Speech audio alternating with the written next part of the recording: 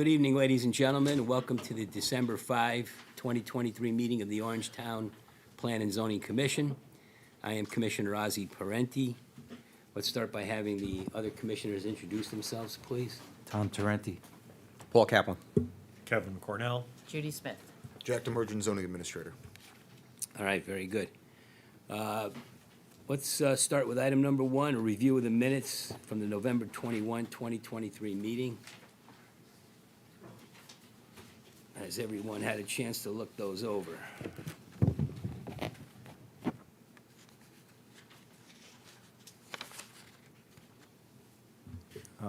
Oz, even though I watched the full meeting, I don't think I vote on these. Is that correct? I think so. I think that is correct.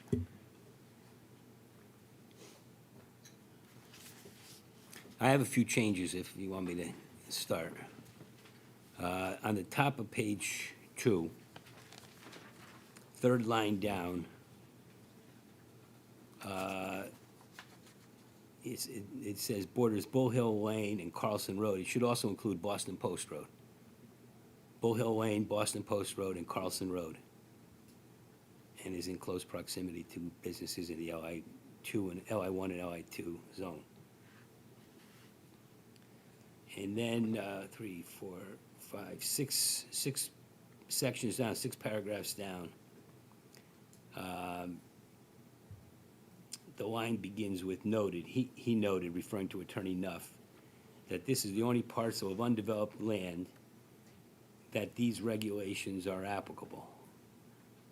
Just the language thing, the undeveloped land to which these regulations would be applicable. Revised, I'm sorry? with the revised regulations. I mean, the regulations. Yeah. That's fine. No, I think he meant that, he noted this is the only parcel of undeveloped land that today's would be, that the existing regs would be applicable to.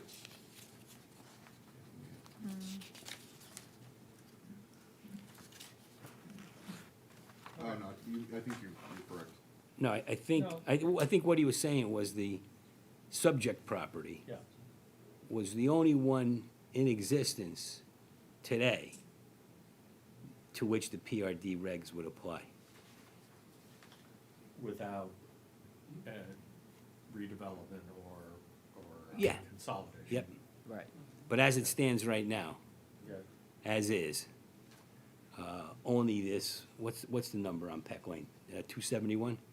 Yes. 271 Peck Lane is the only one that the regulations would be applicable to.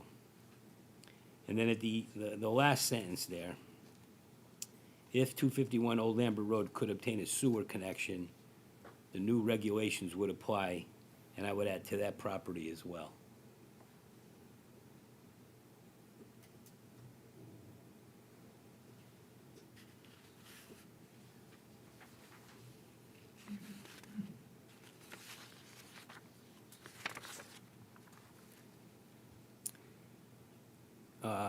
On the top of page 3, the second to last sentence, in that first paragraph, current regulations would affect the number of units generated and was advised that the building would be limited to 50 units. Shouldn't that be 75? I think the applicant. Commissioner Smith inquired how the current regulations would affect the number of units generated and was advised that the building would be limited to 50 units. Is that right? It is right, how the current, because the current regulations limit to 50 units. All right, that's fine. I had 75 with a question mark here, so that's. 75, I think, was the. Oh, all right. the revision. Yeah, okay. And then the last sentence there, Attorney Nuff added that there was concern about children moving into the school district, and one-bedroom units would prohibit some of this, instead, I would say limit this, Yeah, instead of prohibit it. right. Then at the bottom of the page, the last paragraph, second sentence, he, referring to Mr. Zioli, mentioned that Smith Farm Road development has 46 units and the word "are" should be on a 5-acre parcel. And that's everything I had. Deb, on page 4, second to last paragraph, third to last line, I think the word content wants to be context.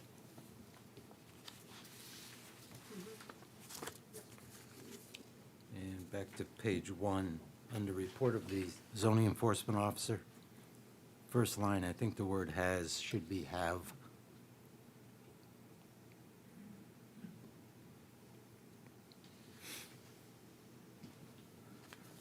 All set? That's it. Judy, Kevin, anything? No, sir. All right, then, do we have a motion to approve the amended minutes? Oh, it's you. Sorry about that. What did you do?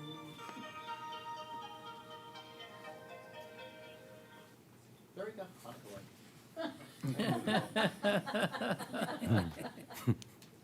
All right, a motion to approve I the can't do minutes? anything, I'm sitting here. I'll make a motion to Somebody. approve the November 21st, 2023 meetings, minutes as amended. All right, we have a motion, do we have a second? Second. It's been seconded, all those in favor?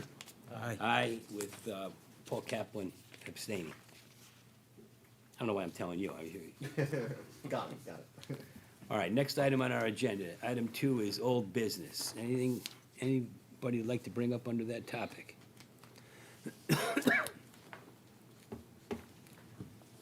Okay, let's move on to new business then. Do one, there was a swim club, no, a swim Swim school. school that was, came a year or so ago and then went away and Yeah, came they're back, yes. And where, this is out in the, Axe throwing, where? by the axe throwing. We, by Montana Nights, Yes. in the old, like AC Moore building. Yes. Not in that exact tenant space, but further Is it back already the in? building. It's not already in, they're pulling permits now. Okay, I think good. there's a lot of state regulation that they have to get I would through imagine. before they pull building permits, but they are in the process. Good, all right, thanks. Yep. Okay, anything else under new business? All right, item 4, report of the zoning enforcement officer, Jack. Sure, real quick, Ozzy, you mentioned this before, but because we are at the end of the year, and next year is an even-numbered year, we have, elections, within the commission for chairman, vice chairman, things of that nature, so expect that to be on the first agenda in January. And then the last thing I just want to bring to everyone's attention, because the departments are putting together our budgets for the 2024-2025 fiscal year. Our POCD is up for revision in 2025. We have to revisit it every 10 years. It went So by quickly. 2015 was last time we addressed it, yeah, so 2025 is coming up. And I'm, well before the time, but, just a heads up to the commission, start reviewing the POCD. If there are changes you want to see made, start taking note of that. We'll also have to retain a consultant, to What was the visit it. cost, when you get a chance? Because we went back a couple of times Right. with Glenn, I think it was at the time, and was tapping his brain on a repeated basis. So I want to make sure we ask for the proper amount. Yeah. Exactly. So that's actually why I'm bringing it up, because as I was creating the budget, I realized, this might be a large bill. So I really don't know what this kind of cost would be, and I think it's gonna depend on the level of service that the commission wants. Are there a lot of changes we need to make? Is it gonna be fairly consistent with what we already have? Quite honestly, I'm not sure. So I might reach out to, I know Milford just did theirs in the last 2 or 3 years. Right. So maybe I'll reach out to them, gauge cost, who they used, and see, at least get a ballpark for that. It may be instructive to see how much we paid last time.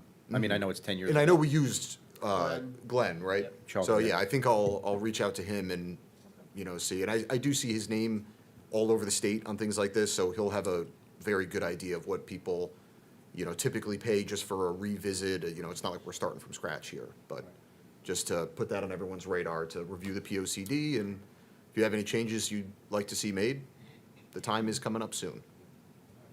Wow. But that's it. Okay. All right, then we can move on to our public hearings. We have two public hearings tonight, both continuations from the second meeting in November. So item number 5 on our agenda is the petition to amend the Orange zoning regulations submitted by DGM Partners, Rye LLC, and Orange Improvements Partnership. And this is with regard to a proposed amendment of Article 7, Sections 383-47, and Section 383-143 of the zoning regulations. Is the applicant here? I am, Mr. Chairman. For the record, John Nuff, 135 Broad Street, here on behalf of DGM Partners Rye LLC and Orange Improvements Partnership. As you know, they are the owners of the property at 80 Boston Post Road. It's located in a C1 zone. We opened the hearing just about 2 weeks ago, a little less than 2 weeks ago, because of it was just prior to Thanksgiving. I hope you all had a wonderful Thanksgiving. Jack Rosenkrantz, we've gotten to know a little bit over the years. He is not with us this evening. The next morning, his wife gave birth to twins. I was just going to ask if that the blessed event occurred. It did in double. So his boss, Chris Reza, who's the COO of DLC, is with us this evening. But I promised him that this shouldn't take it too long. So just a quick reminder, particularly since Mr. Kaplan has watched the tape. This past summer, you approved a regulation amendment to the C1 regulations. You permitted a number of light industrial uses to be located in the rear of a parcel in the C1 zone. Those uses included manufacturing, warehouse, laboratories, freight, and trucking, and those had to be on sites a minimum of 10 acres, 3 front yards, abutting an LI1 zone, and the industrial use has to be located a minimum of 250 feet from Boston Post Road. The whole idea is to maintain the corridor, the commercial, retail, restaurant corridor along Route 1, but allowing industrial or light industrial in the rear. That is consistent with what you currently find in your actually in your construct environment and your zone map. It's just that our parcel is considerably larger than any other nearby parcels. As we explained, the parcel is currently non-conforming as to building coverage. In the C1 zone, the maximum building coverage is 25%. We are proposing 35%. In the LI1 and LI2 zones, the maximum coverage is 40%. So we think we're striking a right balance.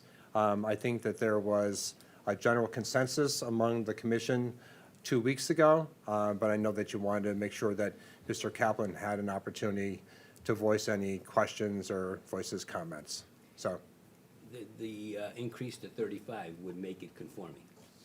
yes, I think we're 27 or 28% currently. So yes, it would render the property conforming and also allow for an opportunity for a new industrial, light industrial building. Obviously, that would have a substantial impact on real property taxes. Any questions for the applicant?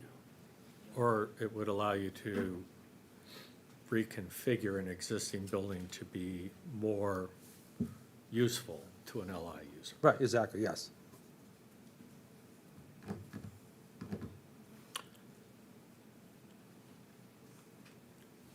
Any questions? Okay. It seemed like something that may have even been properly handled when we first approved it. Well, I think Seems like- that's, yeah, I think they. Yeah, I like Lemingham. Right. Yeah, good. Seemed like a smart thing to do. Well, it was brilliant that he came up with the idea to, Right. all right, well, let me ask this, is there anyone in the audience who wishes to comment on this application? You're welcome to comment on this application. I think you may be here for the next one, though. I'm just curious, where is that? Oh.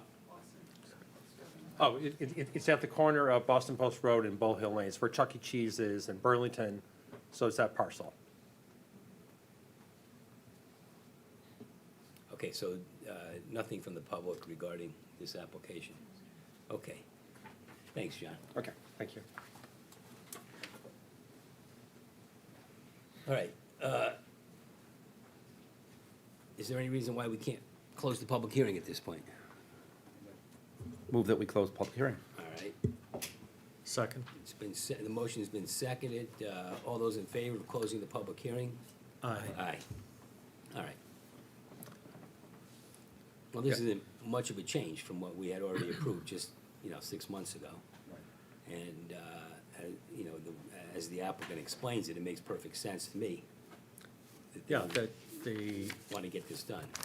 if we're transitioning between the two zones, really asking for the ability to transition the ground coverage to,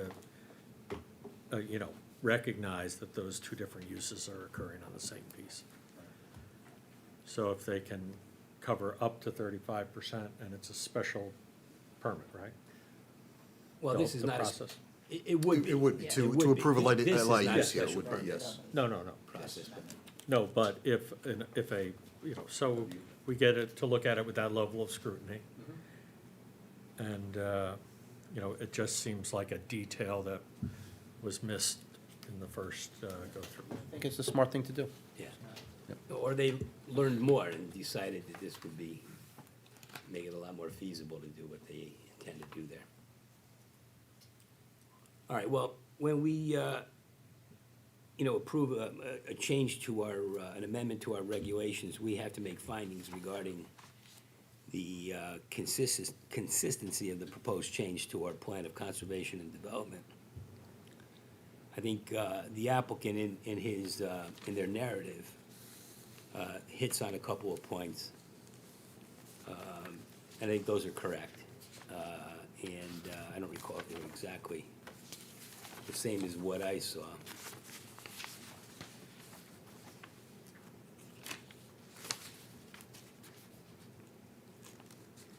The first thing they note is that the plan of conservation and development states that it is the intention of the plan that this overall philosophy and structure be continued. That is,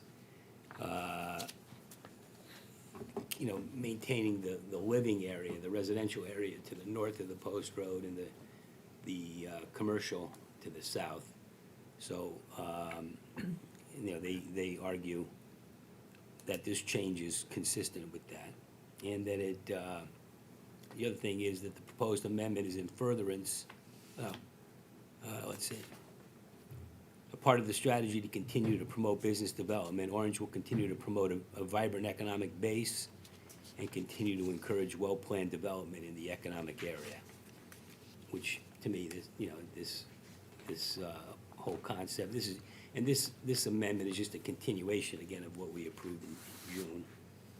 And the other thing they note here is, and I agree, that this is all part of a plan to promote redevelopment on Route 1. So I view that as, I view the application as being consistent with that objective. Right. So, I don't think we need to belabor the whole thing, but I think that what they propose is consistent with our plan of conservation and development. Really not that big a change when all is said and done. Any further comment? All right, someone prepared, it sounds like we're prepared to approve. I'll make a motion that we approve the petition to amend the Orange zoning regulations submitted by DGM Partners Rye LLC and Orange Improvements Partnership to amend Article 7, Section 383-47 and Section 383-143.9 of the Orange zoning regulations regarding maximum ground coverage for LI uses in the C1 zone. We find it, at least the motion will be that I think it's consistent with the plan of conservation and development. It promotes vibrant economic base, including, and promotes economic development, and the redevelopment of Route 1 to the extent that it is, and I'll move that we approve it. With We need a effective An date, effective date, Paul. December 12th, That sounds like a a good week date. from today, yes. All right, so we have a motion to approve the application. Is there a second? I will second that motion. Seconded by Commissioner Smith. Any further discussion? Okay, all those in favor? Aye. Aye. And nobody opposed? Okay. All right, good. Item number 6 on our agenda, again, is a continuation from our previous meeting.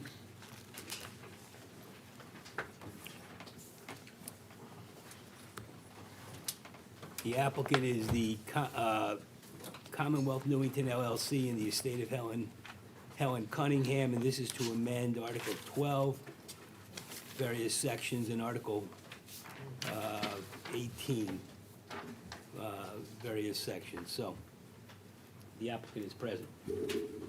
I am, Mr. Chairman. I just have a quick handout for you. By the way, for the record, John Nuff, 135 Broad Street, Milford, Connecticut. I think I left an extra packet for Commissioner Kaplan last time. If not, I do have one from. I appreciate it. I have material if you, yeah. I think I have it. You're good, Jack? Yep. Okay, okay.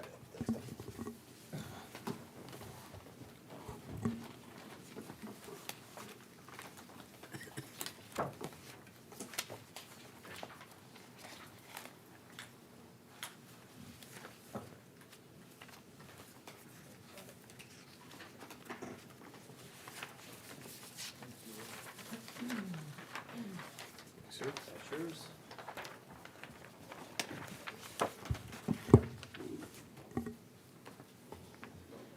So I think what we want to do this evening is to update you from last time, and that's what the three items I just handed out are intended to do, and I'll refer to those in a second.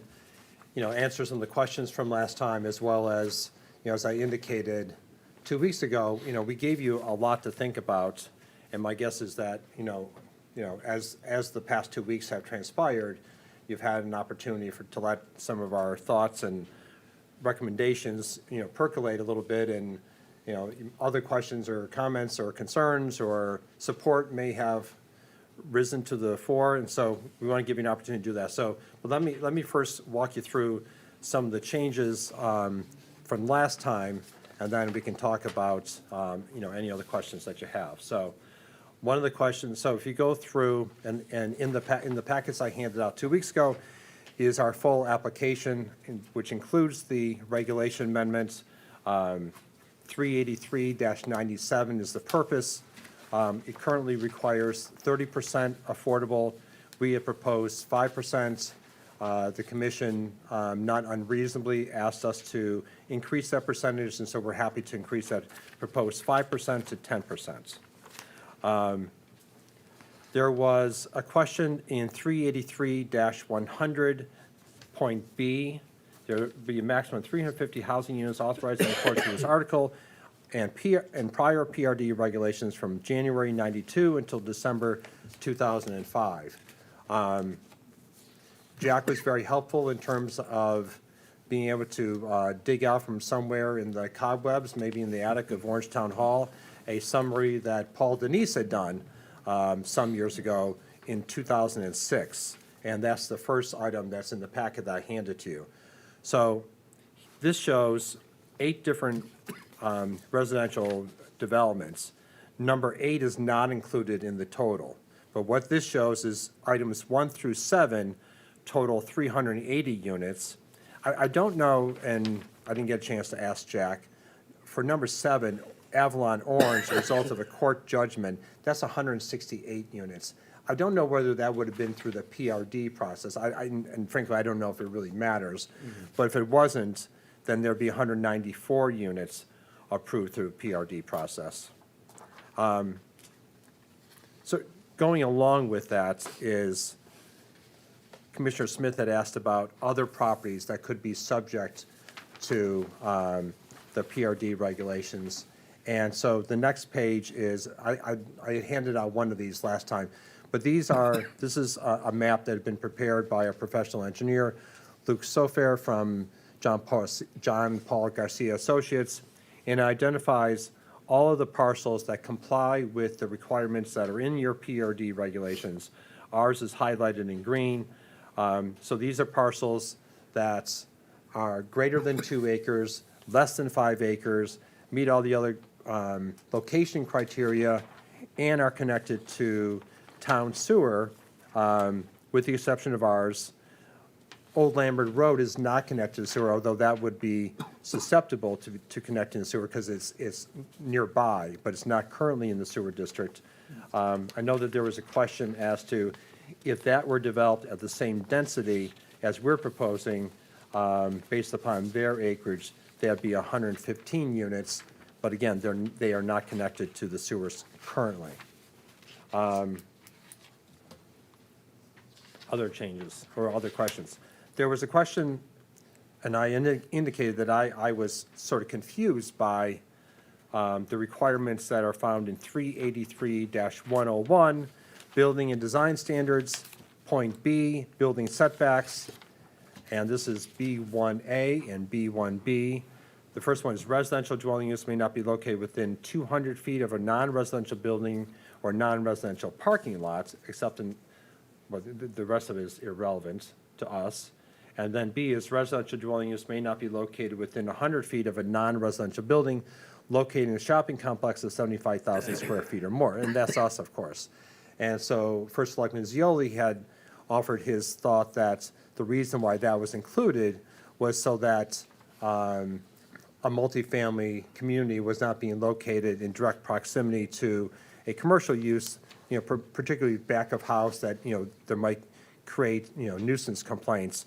And so the last item I've given you is a photograph of the abutting shopping center, and you'll see that there is no essentially back of house. So it's a frankly innocuous back to this building that would be abutting our parcel. So I understand the purpose now, and I'm appreciative of First Selectman Zioli's comments. And I think in the hypothetical, it has some relevance, but in the context of this property that we're discussing and the commercial and shopping center that we're located approximate to, just because, I mean, it's essentially just an alleyway. There's, you know, there might be an egress door in the back, but no, you know, loading and unloading and dumpster, you know, sort of activity is taking place in that area. So This that's is the view from Peck Lane. correct. That's Peck Lane looking down the back, and the subject part, or the property that my clients, you know, have under control through a purchase and sale agreement is located on the right of that photograph. So those are the changes that we made. I'd be happy to recap everything else that we've proposed. But I just wanted you to know the changes that we made. We tried to address the questions, particularly Vice Chair Smith's questions from last time. And then I appreciate Jack's help in digging out the prior PRD summary that Paul Denise had created.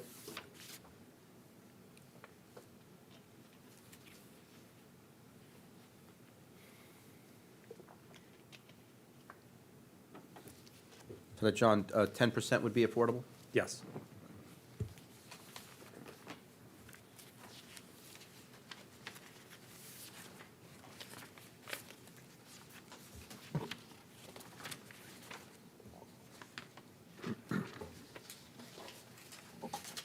John, let me just ask you a question on your narrative. Yep. On that fourth full paragraph. It looks to me like you're evaluating density not as units per acre, but as people per acre, if you know what I mean. I think I do, yes. And that's not really accurate, right? I mean, Well, so currently your regulations provide for no more than 50 units may be built on any one qualifying site. And those units, of course, could be two-bedroom units. right. So all we're suggesting is that if we agree to limit it to one-bedroom units, then we're talking about a total of 75 bedrooms.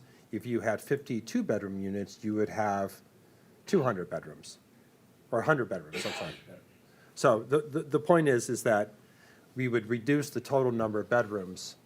And listen, you know, no one's going to say they don't like kids.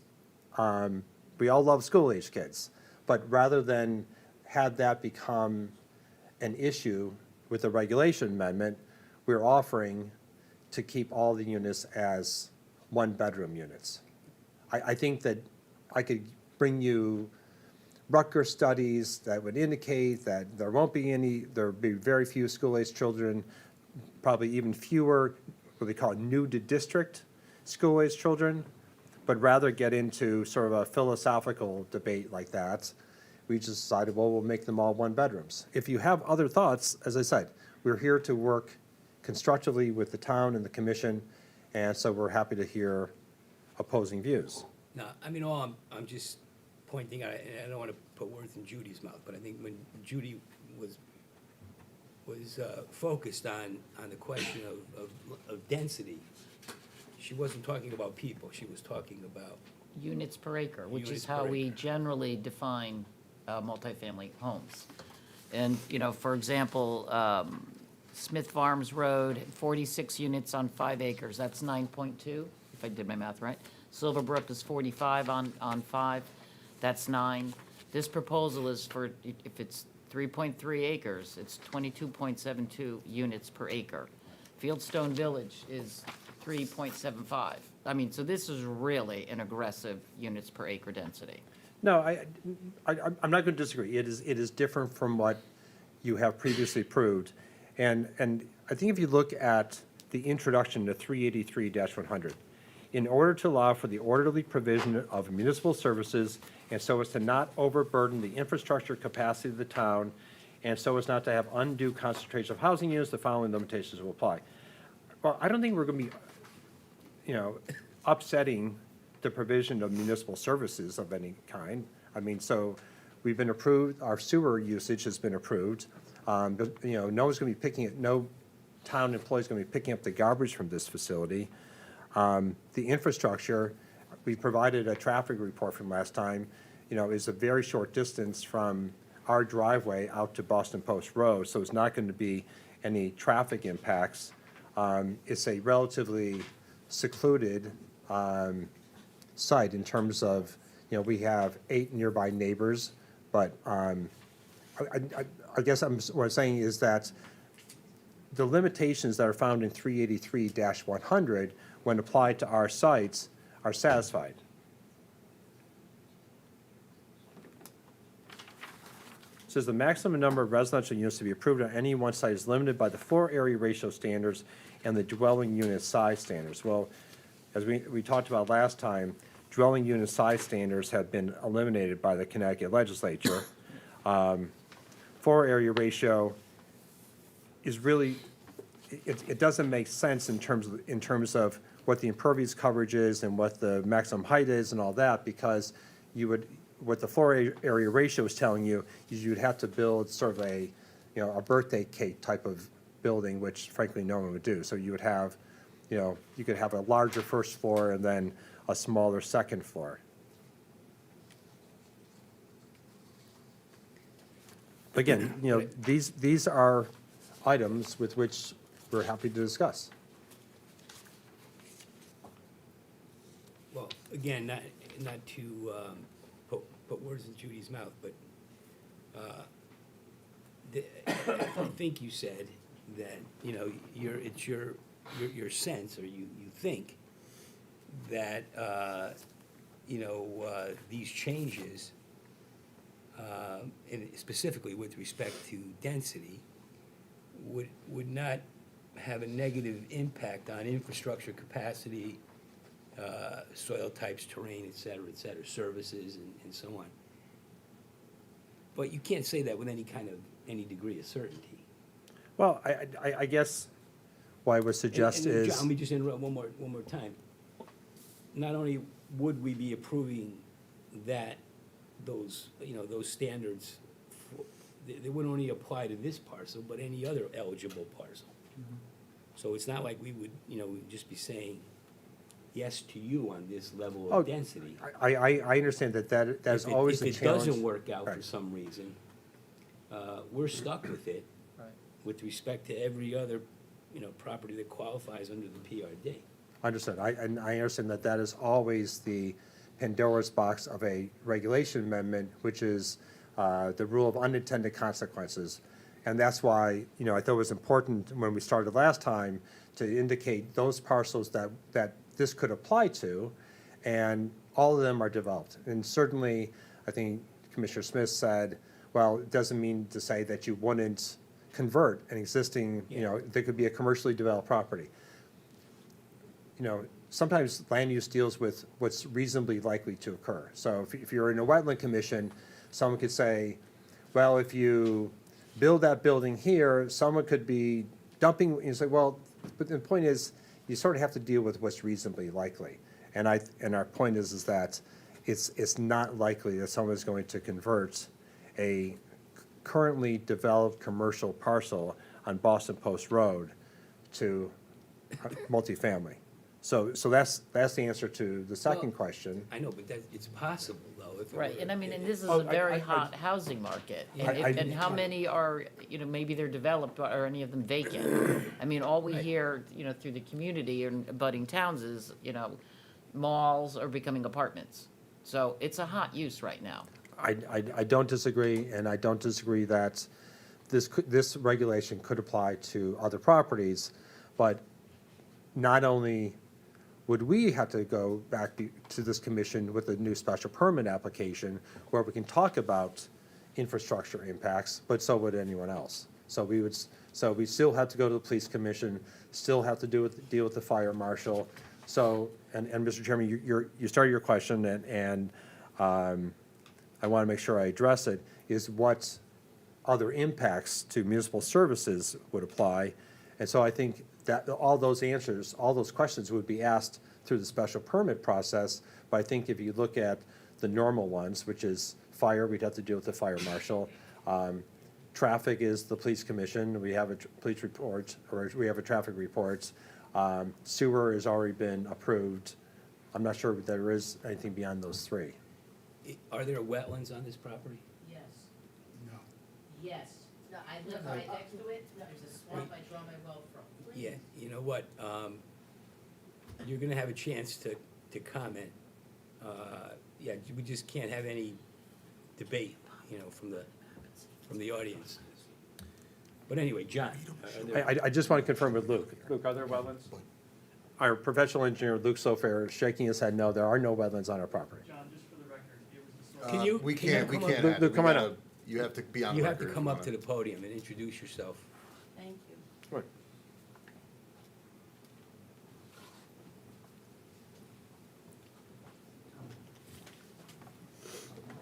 For the record, Luke Sofair, civil engineer with John Paul Garcia and Associates. Could you spell your last name for me? Yes, S as in Sam, O, F as in Frank, AIR. Thank you. Place of business is 190 Fairwood Road in Bethany. And just to answer the question about wetlands, we had a soil scientist delineate it. There are no mapped wetlands in the parcel. Thanks, Luke.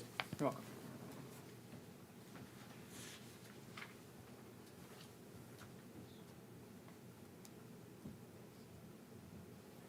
What's the proximity of this site to the Indian River or the Indian Lake?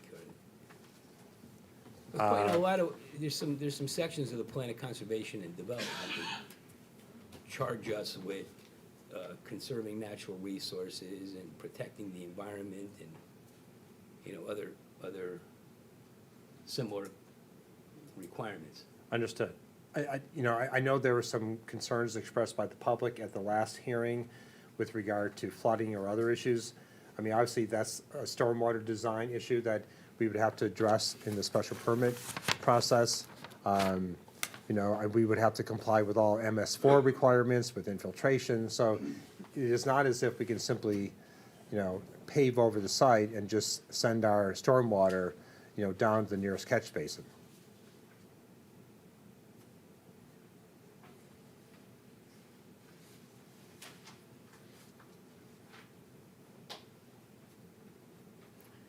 All right, I'm not sure I have that many other questions. Public? Hmm? Hear from the public? Yeah, unless you have anything else, John, you wanna? Well, I want to make sure that if anyone wanted to review any of the changes, I'd be happy to go through that rationale again. Or if you had any other thoughts, since we were all together 2 weeks ago, wanted to make sure we could address those. Obviously, there's some members of the public who probably want to be heard. Yeah, So, all right.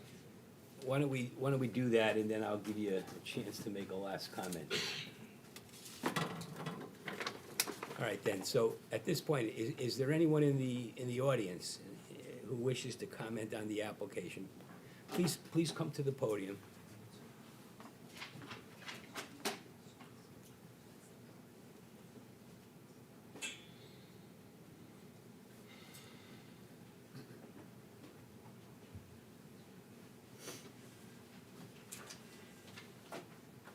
Thank you. If you could just Hi. introduce yourself. I'm Nancy Zielinski, and I live on the piece of property that abuts 271 Peck Lane. It's approximately 3 acres.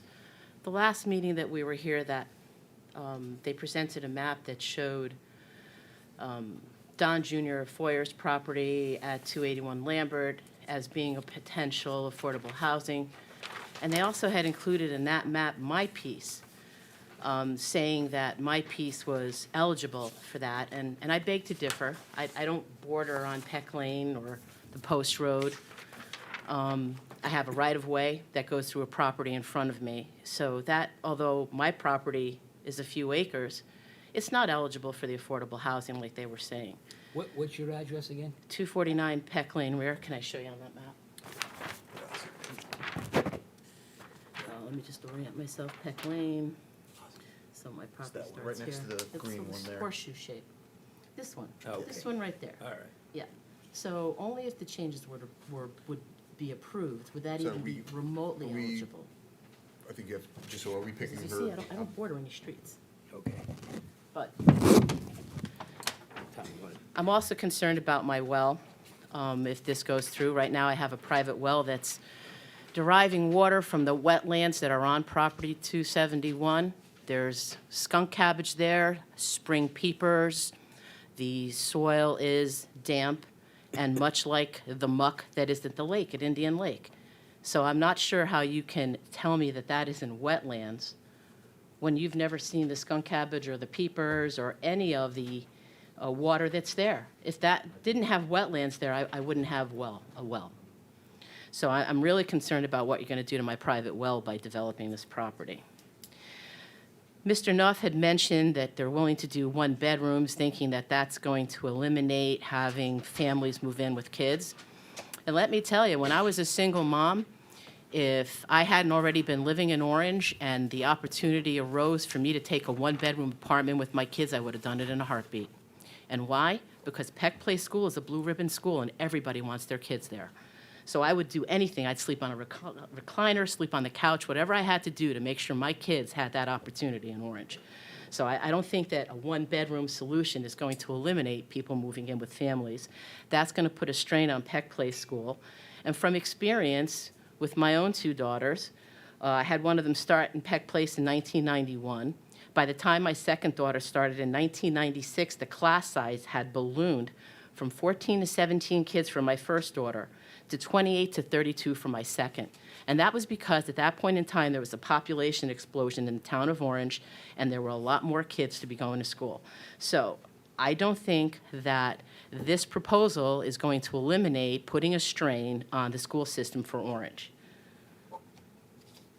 The day after we had our meeting, we had a rather large storm. I don't know if anybody remembers that, but it rained like crazy. Okay, so the boards were out at Indian Lake, meaning that the lake was 14 inches lower than what it normally would be with those boards in. They're doing some work on the dam, so the boards are out. Had those boards been in, I'm pretty confident my property of 590 Indian River Road would have flooded because that water came right up onto the back property over the course of that storm. If you have another development at 271 and another 4 or 5 acres of property paved over to allow more runoff into the storm drains, that's going to go right to Indian Lake, and that's only going to increase that problem. Another thing that was just said, the proximity of this property to Indian Lake, well, the back corner of that property is on the swamp that feeds Indian Lake. So if I had to guesstimate, as the crow flies, I'd say you're probably about 500 feet away at the back corner on that property from Indian Lake. I addressed the issue of wetlands. I'd love to see any studies that you have on those wetlands. I'd like to see whatever soil sample tests you've done to prove that there is no wetlands back there. I'd be very curious in those. In terms of that being a back alley behind Raymore and Flanagan there, that's their delivery service road. I hear trucks starting up there at 5 o'clock in the morning. I hear them rolling through. I hear the sweepers that clean the parking lot. So that's not a noiseless area. That's not just some back alley that isn't used. It's used quite frequently. So all in all, I don't think that this proposal certainly wouldn't be good for me or my neighbors, but I don't think it would be good for the town either, because I think it's going to put strain where strain doesn't need to be put. And you just, Mr. Parenti, mentioned, I believe, that if you go through with these changes and every subsequent property that comes before you is now allowed to have this many homes on such a small piece of property, well, that's going to change the whole town in the direction that we're going. Thanks so much.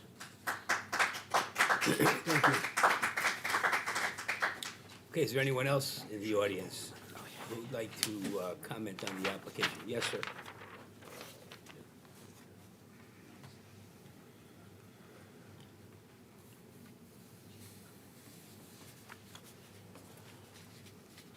Yeah, Jim Guerin, 213 Margaret Lane. I'm near the property. Could you spell your last name, please? Garrand. Thank you. Well, Nancy just touched on that, the wells. We had, when Home Depot proposed their property to come in to Orange, I don't know, some of you might have been here, some of you might not have, but the state required a testing of all the wells in the area. And 4 of them came contaminated with triethylchlorine. My kids had to go for the testing to the doctors, all the neighbors did. So that might be a test you'd want to have before the builder gets approved for changing the zone change or whatever he's looking for, okay? The kids were tested, they had to be tested for 6 months. We got city water because the developer agreed to pay, which was Home Depot, half the amount to bring city water to our street. So they paid $75,000, the town paid $75,000, and we had it brought right to our house free of charge by the town of Orange. Bulldozer in our front yard, 3 houses were that way.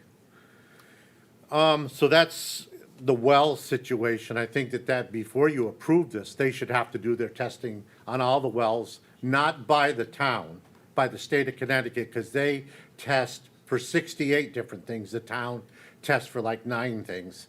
So when we had it tested for the 68 triethylchlorine, and they couldn't go any further with Home Depot until that was proven. There's a couple things that I think should be tested first too before an approval would be given.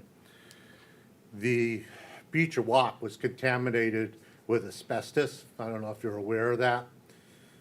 But there is I don't know if you know Ryder Trailer Park in the town of Milford. That was mined for green marble. And it was found by the state to have the most significant and most prosperous natural resource for asbestos in the state of Connecticut. Ran underneath all the water and went under Beecher Walk. So when they started building Beecher Walk, the asbestos was found. And they were told you have to stop. And then 2 or 3 builders went bankrupt and everything else. The builder put a little bit of money into it, then the other builder would. Finally, it became a thing. Finally, the asbestos became, that was before our zoning officer now was involved. This was when Scott Allen and Paul Denise were involved. They were on top of it, but you were in the tail end of it. I don't think you even saw it. But they drilled for the asbestos, the shale to build those houses, and they were supposed to have that removed from the property. It wasn't removed from the property. It's underneath all those center houses. All the asbestos and stuff is underneath it. And if you go to the town dump, those big rocks you see going in, those are asbestos. Any rocks, decorative rocks you see in there, most of them are asbestos. So what I'm saying is if you go to Peck Lane at that address that they're giving you at the front of the thing, there's a huge rock right in the front of it. That was brought up at the time I probably have one in my backyard too. That is probably asbestos. The rock in front on Peck Lane is probably asbestos. And I think those tests should be done before the applicant is allowed to submit an application. You're going to give them an application to go ahead and then deal with the problems. And I think that should be done before the application is approved. And the property that we're talking about already has 2 houses on it. There's a modest house in the front, and there's a nice house. I always looked at it because I was a builder. I always looked at the house in the back because I'd love to remodel it, but now they want to tear them both down, so. But it's 3 acres, probably zoning applies to zoning as it is now, and is approved for it.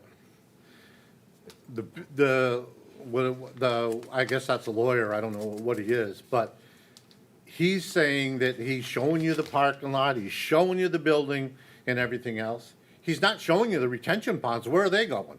We have a 5-acre retention pond in the back where Beecher Walk is, because our lake cannot handle the water. Everybody says we can handle the water, and Nancy just said, okay, our lake last week came up so high, it was just at the verge of threatening 2 or 3 houses. We had all the boards out. Our lake was as low as it can go. What's happening is all the properties above us are saying, can we switch from an 8-inch pipe to a 24-inch pipe? They're letting them do it. It's happening. That water comes at us faster than it's ever come before. When I moved in there 20 years ago, we get 1 big storm a year. That was it. And we'd get, not a year, every 20 years. We get them every three a year now. We get 3 a year that we're getting flooded down there. You can't tell me that this water's not gonna come down where the gentleman just came up and said, the back of their property goes down to a pond on Mallard Drive, goes across the road into our pond, goes into the lake. The back other side, if he drains into Edwards, goes into my pond directly, it all goes into the lake. So he's gonna have to have a retention pond, so that reduces the number of units he can apply for, because you're gonna have to what? Well, he's not gonna have a 5-acre retention pond, maybe an acre retention pond there, and then he's only really got 2 acres to build on. So it reduces the number of units to, maybe if he builds 20 units, maybe that's about what he needs there, I don't know. So that's just what I have to say, and hope it'll help you with something. But I think those type of things should be approved before you approve him. Okay, thank you.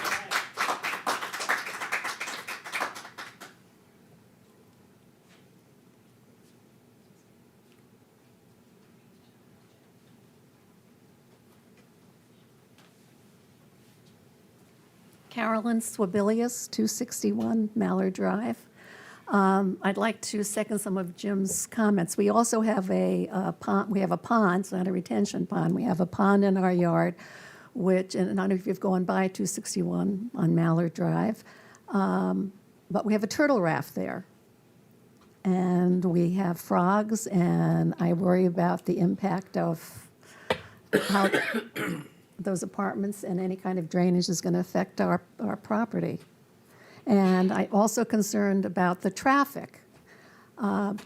Many people have discovered that when they get off the highway and they want to go to the Connecticut Post, they go down Indian River Road, and very often they will come down Peck Lane to go shopping either to the right or to the left.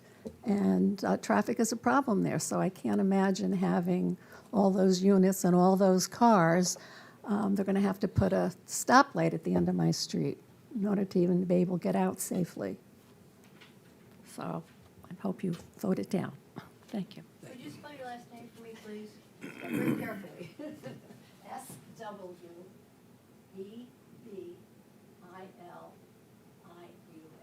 Thank you. Okay, anyone else wish to comment?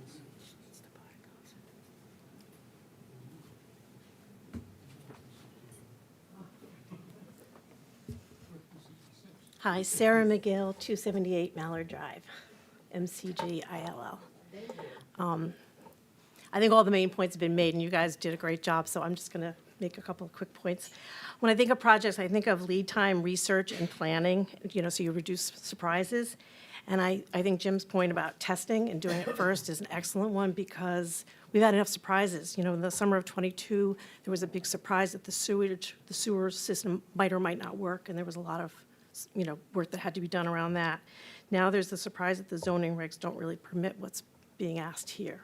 And I do just keep coming back to thinking that a 300-foot building is just not modest, and it's still being described as modest in their papers. It just seems like a very large building to put in that section of woods. And the traffic study, I mean, I looked at it and I just was surprised that you'd pick a 24-hour period that's centered on a Tuesday as opposed to maybe the whole week or a Thursday or a Friday when there's a lot more traffic on the road from my experience anyway.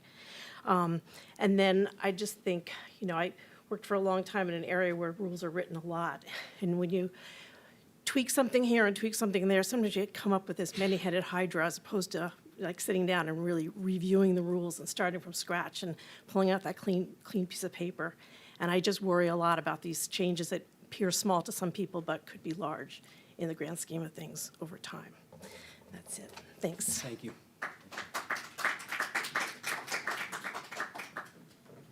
Okay, is there anyone else? Yes, sir.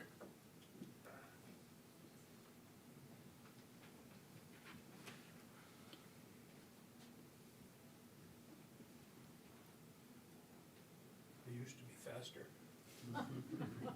Same could be said for all of us. Kevin Gilbert. I happen to live at 256 Peck Lane, which is right across the street from that driveway. Excuse me. A couple of things that concern me about the project. The huge building that it's going to be on a very small piece of property is number one. Number two, the increased traffic. Right now, traffic is horrible. Traffic today, well, I'll give you an idea. When I left to come here tonight, I had to let 5 cars go by my driveway before I could pull out. When I got to the Post Road, I was 14th in line to go through the traffic light. Why? It's a cut-through road that somebody mentioned that comes from, you can go to Milford easy, you go to the Parkway easy, you could go to West Haven easy, and so forth. And it's a busy, busy, busy road. I also happen to be a 17-year resident of the building that I've been. My deck, where I used to be able to sit in the summertime, is directly in back of Trader Joe's. The building I'm in, I've had 3 owners in 17 years. Building hasn't moved, but I got 3 owners. And I imagine if you build this building, who knows how many owners there will be over a period of time. But each owner makes changes. And you guys have approved the original building. Changes are another problem, and they're inevitable. But the deck that I was referring to is back at Trader Joe's. I looked at it tonight.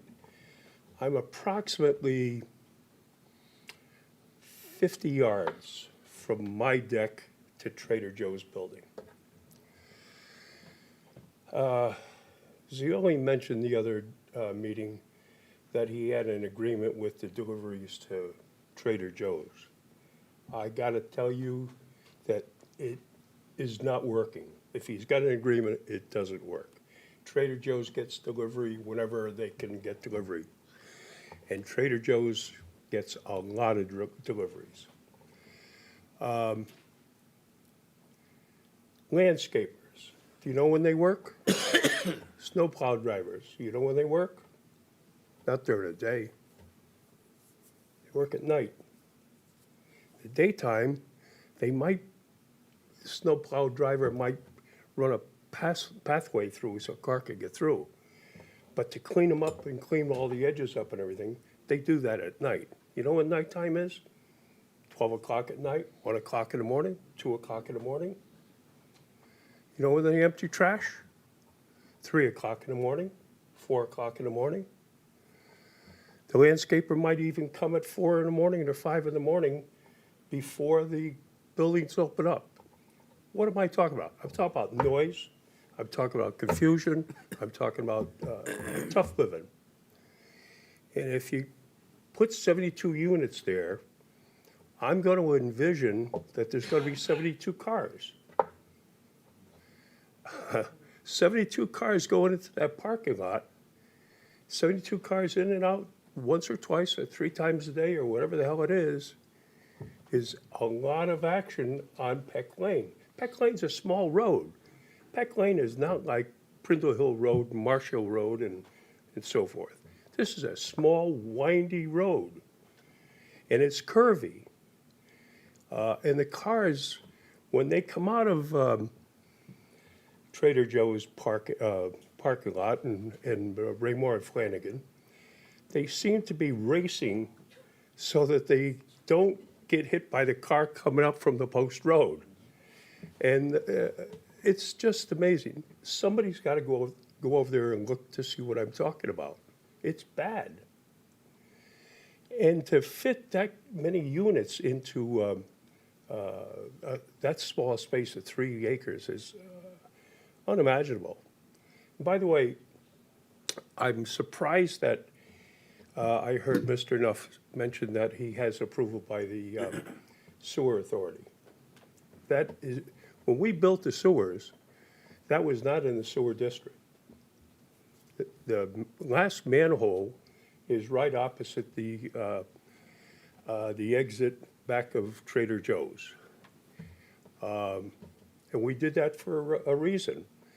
It's a commercial system. Wasn't meant for residents. We could have residents. In fact, there was a tenant on that property many years ago. His name was Adamo. I'm pretty sure that was the name, Adamo, who had a hell of a problem with septic. And he wanted to hook up to the sewers, and we denied him.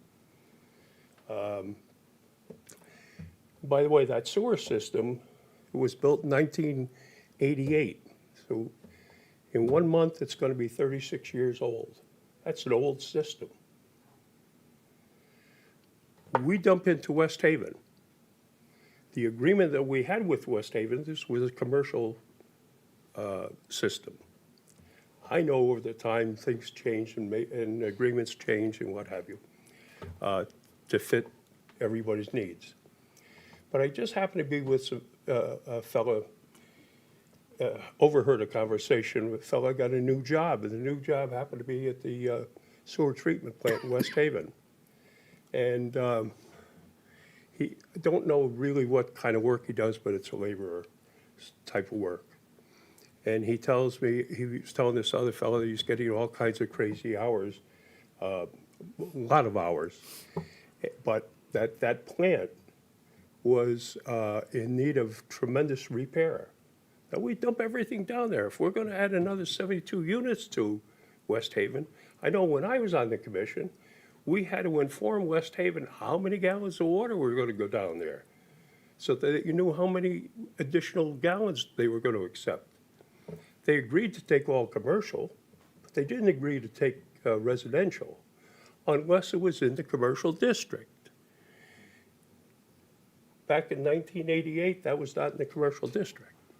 Changes are made, I understand. But I think what you're faced with is having to build a huge, huge unit on a very small piece of property that's going to create a lot of people, a lot of cars. That road can't take the cars. I don't know what else I could tell you about my feelings for that. You know what we need in town? It's easy. Build 72 units for seniors. They don't have that many cars. They don't have the kids going to school. And the seniors need it. Why won't he build them for seniors? Because he can make more money. And he's asking you, I think, to accept, I don't know if he's asking you to change the PRD, or he's asking, okay. And I think he was asking you to reduce the affordable to 5%. Tonight I heard 10. 10. But I think originally 5, is that correct? Correct. Okay. We were asking, what, 30? Well, the regulations provide for 30. Right. Well, The existing- regulations, the we're existing asking. regula- Pardon? The existing regulations. Are 30. Require Yes, At least 30. yeah. So I think we're making a lot of accommodations for people we don't. If we needed them, it would be one thing. We don't need 72 units in town here. I know if I was a property owner, I'd love to sell it and make money and run. But I think as a town, you got to look to see how it's going to impact the, thing I thought about today. I used to have a police scanner. I have a fire scanner. I know when the fire things go off. The police were called to Prindle Hill Road, to that complex, almost daily for mostly family problems.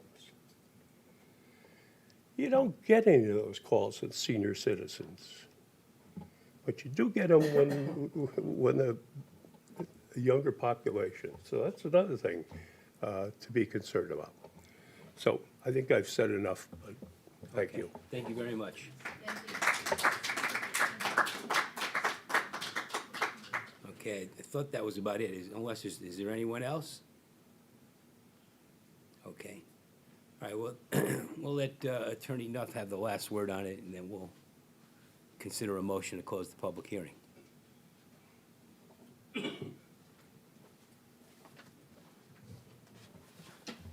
Thank you, Mr. Chairman. A couple of things. I do want to address the last comments first. Yes, we do have approval from the WPCA at the cost of, I don't know, I think well over $1 million of improvements to the sewer system, but we are in the sewer district now. I think it's important to take a step back, and it's I think it was helpful when you, on the previous application, you say, okay, how is this consistent with our plan of conservation and development? Well, in our submission on page 4, we went through all the provisions of your POCD and your affordable housing plan that supports multifamily communities, including this regulation amendment that would allow such a use. So I think the need has been established by documents that the town itself has created. Second thing is, if you look at section 383-100, limitations on parcel size and number of PRD units to be authorized. So it's 383-100 that limits density. Well, 50 units are currently permitted on a property that complies with all the other requirements. So with regard to the concern that commercial properties could be utilized for multifamily, well, they could do so now.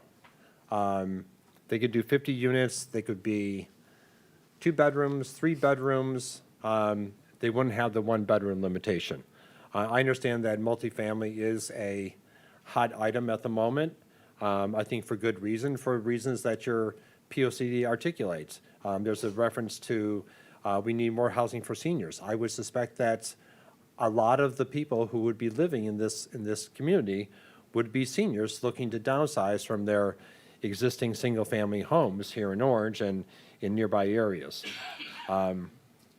So if you look at the actual provisions in the existing regs that limit the ability to do a multifamily community on this parcel, it's really just the one that says 300 feet from another PRD site.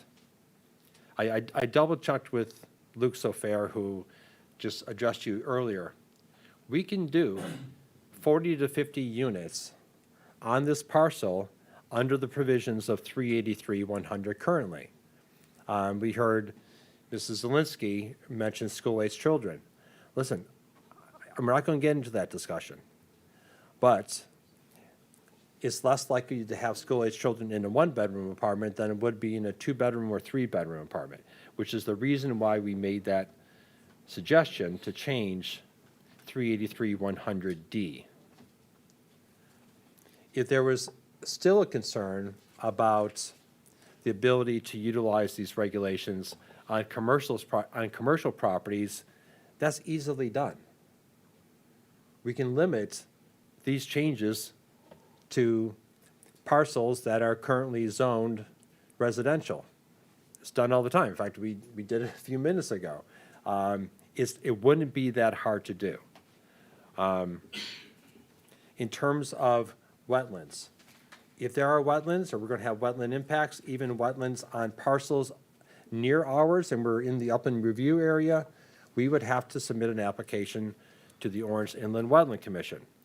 All the issues about drainage, we would have to satisfy Bob Britton, your town engineer. Traffic, same thing, the police commission, we would have to go run that gauntlet. So most of the concerns that we've heard, and I understand that it's hard to differentiate between what a regulation amendment is and what a special permit or a site plan is and all that, but nonetheless, you have the ability, in fact, we would be required to go through that whole process to ensure that all those things that the neighbors were concerned about, including contamination and flooding, in the special permit process. I guess at the end of the day, we looked at the POCD, says we want greater housing choices and diversity.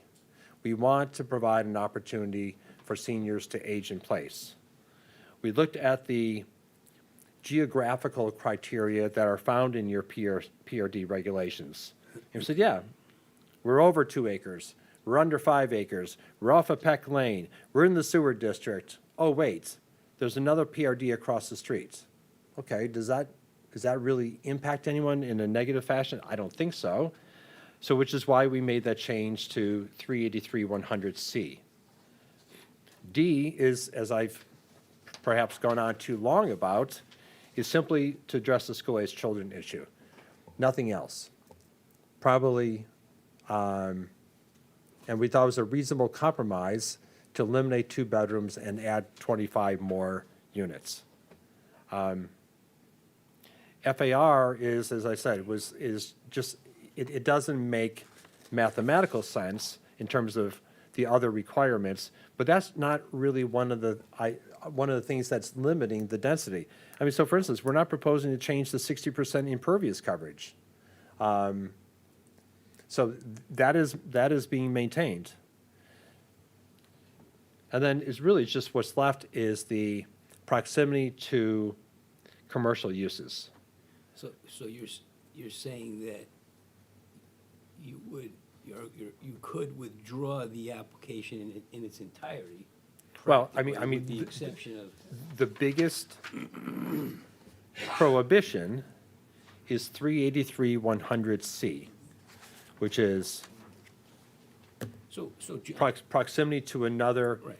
PRD development. so you're saying that if you had a variance of that requirement, for example, Yeah, I don't know if I would you could try to build- prove a hardship. Listen, I'm not suggesting that withdraw the application and let's just build what we can build. My point in saying all this is, I understand when you look at the totality of what we're asking, say, gee, there's a lot of changes here. But they're not that significant. Just, can you repeat again how many units you could build if you used our current regs? 40 to 50? If we use the current regulations under 380, I don't want to be really clear, because I don't want anyone claiming that I'm making any misrepresentations. Under 383-100, and including the FAR, we could have 40 to 50 units. And Luke would be happy to come and explain that. So the issues that we run up against are the proximity to another PRD development, which is across the street, is for people 62 and older, and I don't think it's any impact on anybody. And then it's just the setbacks to commercial uses, which, as I said, don't make a lot of sense in the context of the other geographical requirements that are found in your regulations, that you have to be on Peck Lane and all that. So my point in making all this is, your POCD recommends what it is that we're proposing. the PRD regulations themselves direct us to this parcel. The WPCA has authorized sewer use, which is the only way this would work. And we're trying to make a concession on school-age children to the extent that that's a concern. We are, requiring substantial buffering to any neighbors. So this is a long-winded way of saying, I don't think that what we're suggesting or what we're proposing is a radical change from what the regulations currently allow. And if there's something that still is troubling the commission, or if there's a tweak that you want to make, or you want us to consider some other modification, we're happy to do that. We're not here to fight with you. Greg and Arcelin, one of the reasons why we handed you that first packet on the first night is to show you the types of multifamily communities that they construct, that, the communities that they're in are proud of these. They're very attractive. They want to be part of the Orange community. So, Okay. Any questions for the applicant? Tom? No. I just have one, Mr. Nuff. Unless I misheard you earlier, I thought you said that the floor area to site area ratio increased from 30 to 50%. Yes, Had no yes. significance or relevance? I don't Right, follow so- that. my point is that if you look at the maximum height, the maximum impervious coverage, it doesn't compute, or it isn't consistent with a floor area ratio of 30%. So you could have, if you comply with all the setbacks and you can comply with the impervious coverage, you would be left with a building that had a certain footprint, but the second floor would have to be smaller than the first. But even at 30%, we could still do 40 to 50 units. Maybe I'm looking at this too simplistically, but I'm going back to the good old days when a one-bedroom unit, minimum one-bedroom unit was 600 square feet. A two-bedroom was 750. Right, well, I I mean, think in a lot of regs. no, and as you call them, the good old days, the legislature thinks differently about the good old days, and they've eliminated square footage requirements. And I read that, but I guess I'm just maybe being overly practical, but I'm just looking at Nothing a wrong with that. one-bedroom versus a two-bedroom. Right. There's a 25% differential, but you're coming back with 50% more units. It just strikes me as a, The numbers would be 3.3 acres at a 30% FAR, means you can build 43,560 square feet of building space. And however many apartments you want to jam into that, you jam into it.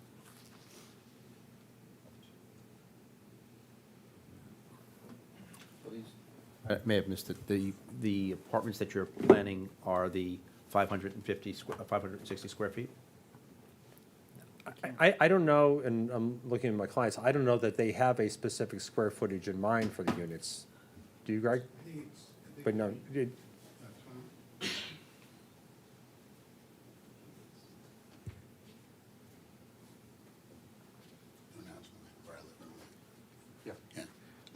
Greg Patchen, I reside at 1 Juniper Lane in West Hartford, Connecticut. last name, please? P-A-T-C-H-E-N. Thank you so much. You're welcome. Answering the question as far as the size of the units, I would say one-bedrooms can range anywhere from 500 to 700 square feet, and the ones that we've built recently. So that's about it. You're welcome.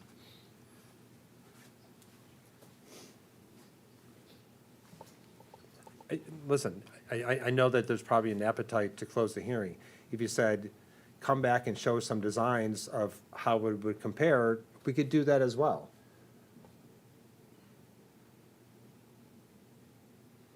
Well, you did supply some ideas.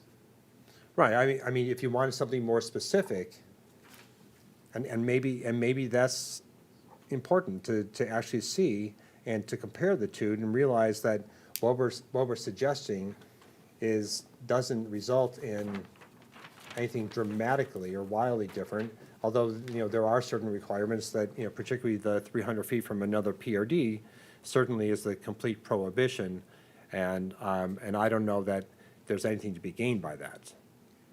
Okay. All right.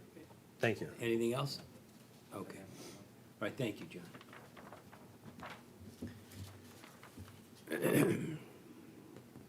All right, does commission think we need any other information to consider at this? John say that there is already a hookup for the sewer, or it's just been approved? It was recently approved, I believe, earlier this year for the hookup. All right, if we don't need any further information from the public or the applicant to close the public hearing, then would somebody consider making a motion to close the public hearing? I'll move that we close the public hearing. Second. It's been seconded. Any discussion on the motion? All right, go ahead, Kevin. No, discussion after it's closed. Okay. All right, we have a motion to close the public hearing. It's been seconded. All those in favor?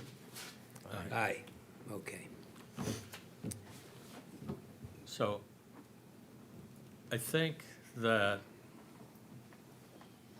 the application for the text change has made us look at the PRD regulation that's been around for a long time, and actually, if you look at its original drafting, achieved its result, in that the units that they were thinking about getting were in fact built. And they were built with an affordable component that would now qualify an applicant to do an 830G and not talk to us about anything. But I am concerned about, while I appreciate the neighborhood comments and I appreciate the applicant's illustration of the particular property in question as what these words would look like in reality, if adopted, we're at the legislative phase of, should we be doing this text at all? Okay, and I am leery of doing this ad hoc based on the impacts related to a piece. I think that if this PRD, that we should be looking at it more holistically, because while the PRD served its purpose up to this point, everything we're being, seeing, and all the education we're getting on affordable housing is saying that we still need something like this. But I think it should be done on a more holistic basis, and perhaps even with, some public input, because it's not just Maybe some our expert town. input. Yeah, expert input, and as well as the town. And that might be a good project to meet the long-term goals of our POCD. But if we're trying to drill down now and look at what this tweaking does or does not do to a parcel that will then be subject to a site plan review, I think it's kind of the cart before the horse. Yeah, a special permit application. At the end of the day, if you meet the criteria, Yeah, you approve it. we're hard pressed to say no. Right. Right now, you know, I think we should be looking at it more as time to revise the PRD. 30% doesn't make sense because applicants don't need us if we get 30% affordable. But I, for one, don't want density without an affordable component. But is that number, and 10% is just hold serve with the state statute. So is it 15? Is it 20? You know, and I don't have the professional knowledge to, comment on that, where that spot is.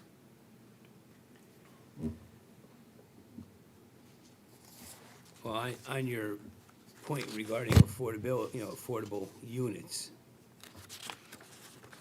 I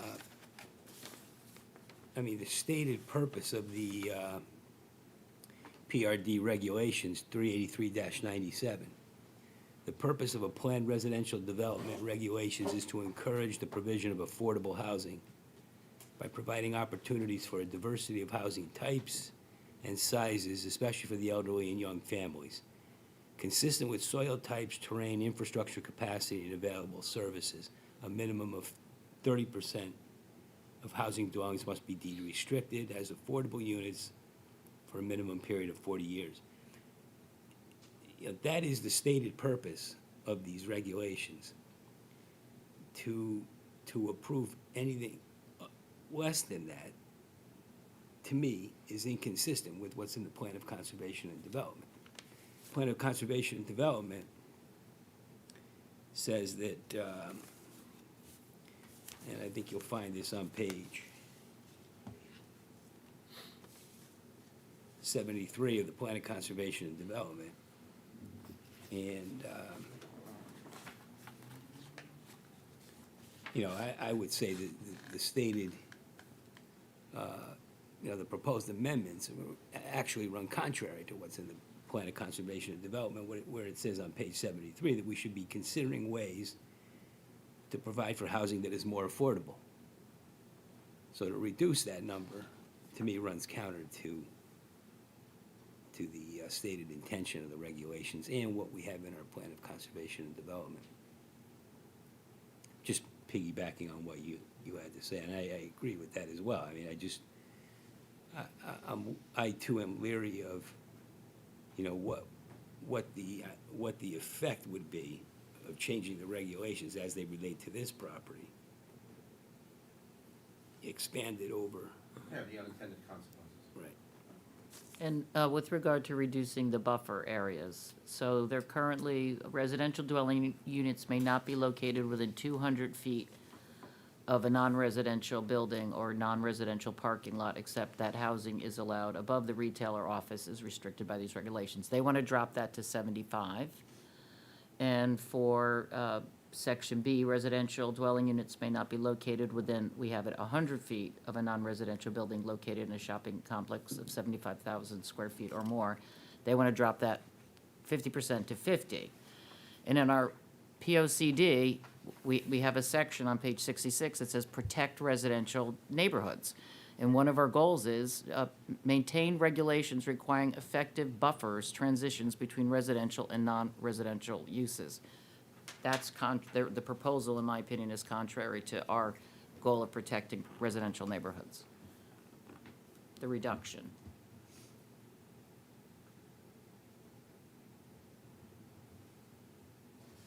I mean, it uses this language in 383-97, where it talks about, consistent with soil types, terrain, infrastructure capacity, and available services. I mean, do we really know enough to make a decision on that? I mean, as to whether that's, an approval of the amendments would be consistent, would foster those goals. Sorry, I have such a bad cold, I'm losing my voice.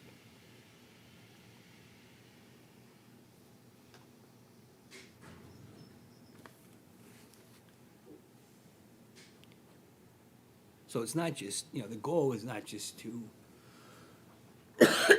have multifamily housing because it provides opportunities for, you know, elderly or for young people in the community or whatever, but it's to have diversity that's consistent with infrastructure capacity and overall community structure. And I don't know that we could give a good assessment of that with what we know at this point. And like Kevin said, once the cat's out of the bag, those are the regulations. And, you know, it is as complicated as dealing with the stormwater drainage might be, they could conceivably come up with a plan to accomplish that. And if you have an effective density of 20 units an acre, all of a sudden, the relative yield between that and a vacant piece of commercial property that you're gonna repurpose or tear down changes dramatically. Right. And I mean, the fact that 7 to 8 projects were approved by the PRD tells me that it works. And the fact that this applicant can build 40 to 50 following the regs tells me it works. And I don't see a need to change. Well, no, they would be precluded not because of The distance to another. right, 300, right? yeah. So that's one section. They get knocked out of that and the setbacks from the commercial would carve away too much of the site. That's why I mentioned the possibility of a variance. But I don't know if, you know, as the applicant points out, you know, there may not be a hardship.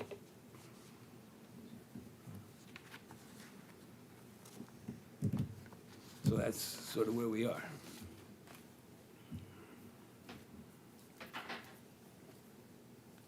Any further comments?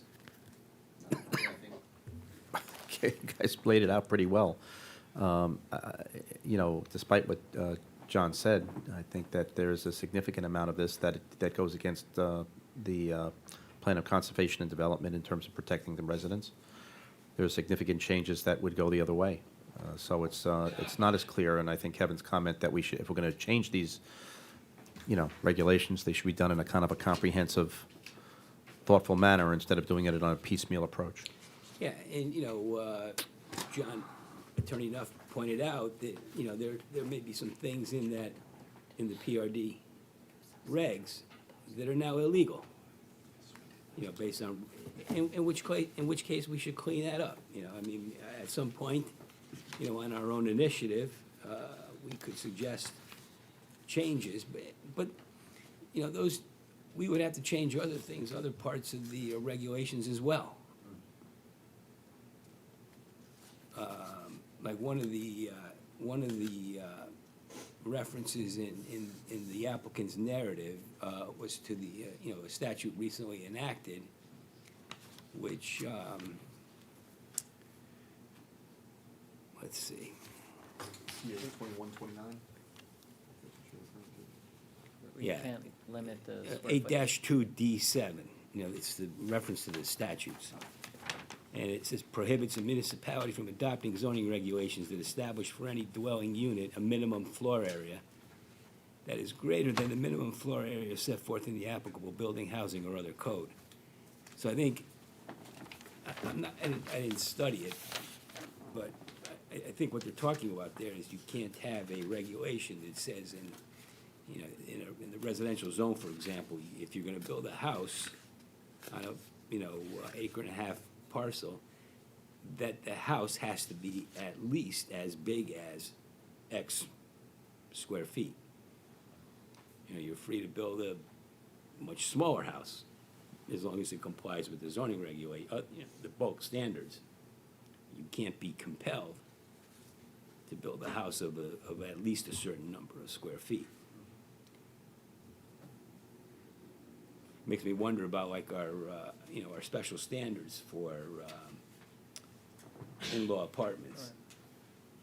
Isn't there a requirement there that the At least, the in-law, It can't be more than. the created it unit can't be- cannot exceed 900 square feet. Right, right, so I don't know that that would apply, but I mean, there may be other places in the regulations where Right. that would require change. Based on the enactment of that statute, that would be a good project for us. Well, what is the decision on the matter at hand? Oh, you want a decision? We're- Kind of working toward that, but yeah, I mean, if we've had our discussion, if you think, if someone's prepared to move that we either approve or deny the application, let me hear it. I'll make a motion that we deny the petition to amend the Orange zoning regulations submitted by Commonwealth Newington LLC and Estate of Helen Cunningham to amend Article 7, Sections 383-97, 383-100, 383-101, 383-102, 383-103, 383-104, and Article 18, Section 383-174 of the Orange zoning regulations for the reasons stated in our deliberation. Yeah, I And mean, in my opinion, the 22 units an acre is just too intense.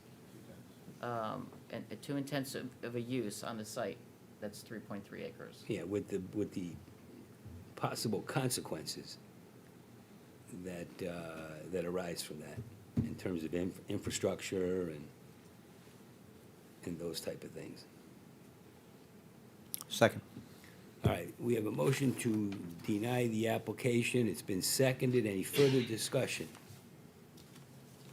Hearing none, then all those in favor signify by saying aye. Aye. Opposed? None, okay. All right, thank you. At this point, then, that concludes our agenda. Move to adjourn. We have a motion to adjourn our meeting. It's been seconded. All those in favor? Aye. Okay, thank you. Thank you, everybody. Okay.